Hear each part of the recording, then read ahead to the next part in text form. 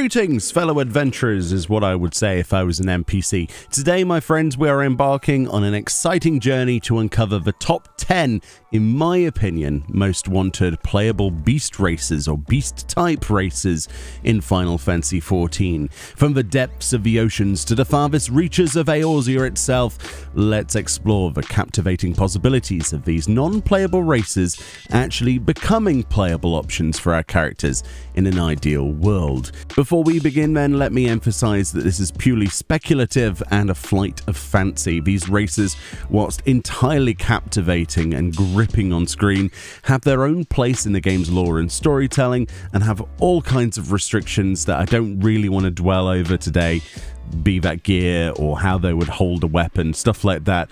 This is just purely if I was to be able to play as any of these characters, what would I like to play as? Kicking off that countdown at my number 10 spot, these aren't really in like a major fixed order. I think it's just 10 I would like to see, not necessarily in a descending or ascending order. First then, we have the Sylphs for our number 10 slot. These mischievous woodland creatures would bring a touch of whimsy to the game.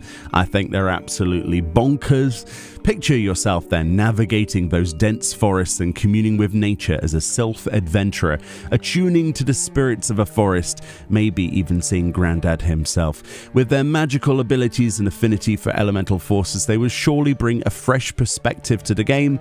And, well, I guess, you know, you'd have leaves instead of glamour, which would be interesting. Next up then, swimming in at number 9, we have the Sahagin.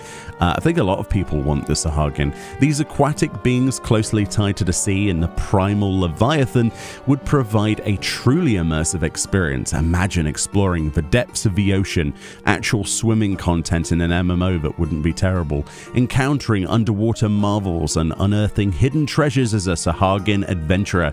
Their unique perspective on the world would be refreshing and, honestly, breathtaking. Get it? Because they're underwater. Never mind. Next up then on our 8th spot, again, this is not in any order, otherwise they'd be a lot higher, the Namazu. These lovable and eccentric creatures would bring a dose of levity and charm to the game in ways you can possibly never imagine. Waddling through the streets of Eorzea, eek, engaging in hilarious antics and surprising others with your boundless energy as a Namazu adventurer, with pitchfork in tow, stabbing people that you disagree with, and probably getting booted around by terribly awful, horrible characters in video games that I wish weren't in them. With their unique appearance and amusing personalities and pretty fetching bell, the Namazu would surely win the hearts of players, and if they didn't, we'd stab them with said pitchfork. Next up then, one that's more serious that I think we should have, but I doubt we'll ever see in a game, is at number 7 we have the Bangar. These reptilian mercenaries possess both the brawn and cunning that you would expect from great character design, making them formidable warriors. The Bangar's distinct appearance and rich lore from various different games would captivate players seeking a more reptilian experience than is currently available. Currently, we obviously have Hrothgar, which bridges the borders towards a more beast-like character. But to have the scales and things like that, yeah, I think it would be cool to have them. Also because the Ivalice story is fantastic. And yeah, Bagamnon, who wouldn't want to be Bagamnon after playing through that storyline. Now we have on the 6th spot, we're getting into territory that's a little bit like, I wonder if that could ever be a thing, is the adorable Laporte tribe. These rabbit-like people hailing from the moon have captured the hearts of players everywhere with their charm and whimsical nature. Their high-pitched tones and fantastic storyline has been honestly the best levity that this expansion could have asked for in Endwalker, without which I'm not sure I would have enjoyed it nearly half as much, personally. Can you really imagine playing as Laporte?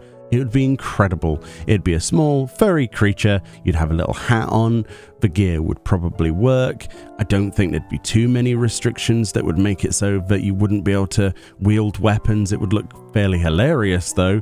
But yeah, I really do think that Laporte's sort of added the levity that I needed from the expansion, without which I think it would have been slightly too dry for my liking, especially with all of the controversy and twists and turns that I won't spoil for you here. throughout their entire expansion. It's one heck of an ending to such a fantastic storyline, and the Laportes, I think, were the icing on the cake. Marching into the middle of this countdown at number five, I do actually have the Gobbies. These are industrious inventors and traders would introduce a whole new dimension to the game's crafting and economy. It would be really, really interesting to see the ability to play as a goblin and have like the goblin city and like have all of the tinkering and things like that. I don't know. It just sounds like a really good idea to me without even thinking too much about the intricacies, but like, you know, building intricate contraptions, a subset of things you could do. With quirky personalities and ingenious inventions, the Goblins would bring a dynamic and resourceful playstyle to the table. And ever since the Alexander questline, I've kind of wanted to be a member of the Illuminati Goblins, because they're just genius, absolutely genius. Next up then, on number 4, we have the Ananta Beast Tribe. The reason I put this so highly on the list, if this was in any order, I think this would be probably near the top for some people. The Ananta, obviously, just having that slithering singular tail. They're serpent-like, they don't have legs, which would add a completely different dynamic, and I think a really interesting one where you wouldn't be just walking around like a bipedal creature. You'd actually, you know, have to slither around, and I think that glamour would still work. It's one of those races that would kind of still work, and all you would have to do is kind of like remove the boot and leg slot, and then the rest would be fine, right? You'd still be able to equip most of the rest of the stuff with a few adjustments. If they had like an infinite budget in this game, which they don't, I could imagine it happening, basically. But yeah, they would be absolutely fantastic. The whole Lakshmi storyline, the whole charming thing, just brilliant, absolutely brilliant. I would love to play as Ananta. Wow, try saying Ananta 50 times in a row as fast as you can. Good luck with that. And then that brings us onto our last 3. Holy moly, this is a tricky one, personally. I think that this basically needs to come into play of things that might not be in Final Fantasy XIV, but should be, and I would hope that they get introduced. My number 3 spot is actually the Griya. I don't know if you've ever heard about those. They were from other Final Fantasy games. These were avian-inspired beings, so I like the idea of having an avian race. So they would have like big wings and, you know, sort of like almost like Meteon, as we've seen, because she's like the blue bird, but on that same kind of route, but like an avian race. Ever since I saw Meteon and that whole storyline, I'm like, yes, it would be so cool to have an avian-like race with wings. That would be so cool, or the ability to soar around or something like that. I don't know how they would do that, though.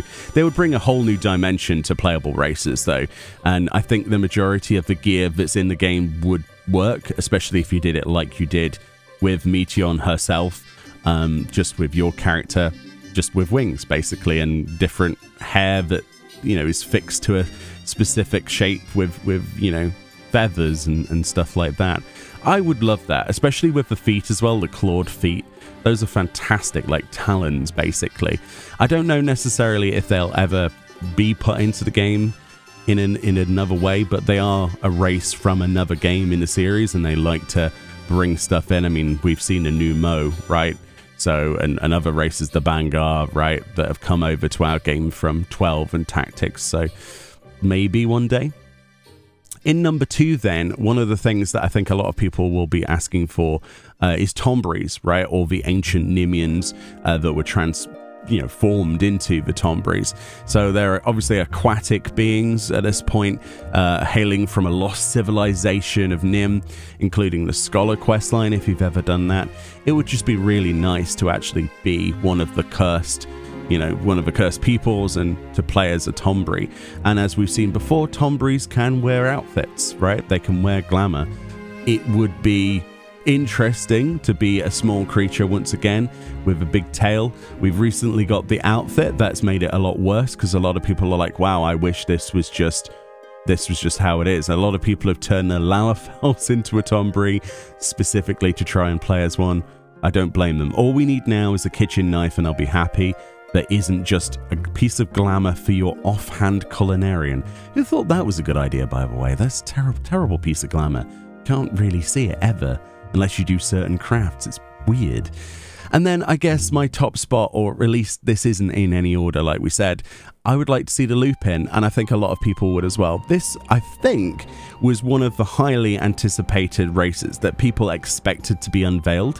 When they originally said they were going to have 2 new races, and they were Viera, which was an awesome shout, and then turned out to be Hrothgar, a lot of people expected it to be Lupine, because in Stormblood they featured so heavily, and they were wearing clothing, right?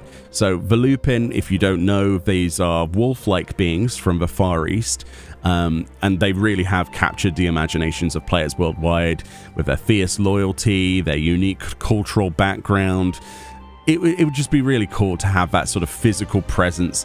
I mean, I know it goes the full fur direction, which I guess the Hrothgar went a different direction with, but it would have offered a much more beastly, sort of more muscular, more ferocious creature, more ferocious character design than I think the Hrothgar. Personally, I think that I would have preferred those over that. If I was to have the choice, if I was the designers of this video game and I sat down and I had the choice of making the Hrothgar closer to how they currently are, or more like the Ronso from 10, I would have gone the Ronso direction, because they're supposed to be big and powerful, muscular creatures, you know, much more awesome in my opinion. But the Hrothgar, whilst they have their charms, unfortunately feel a little bit weaker than that.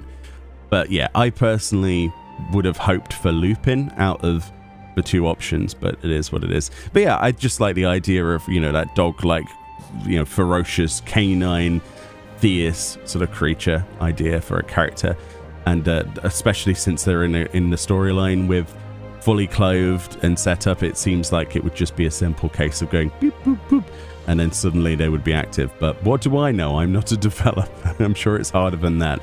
But anyway, those are my 10 playable races, or non-playable NPC races, but I would love to be as playable races that will never happen. But what would yours be?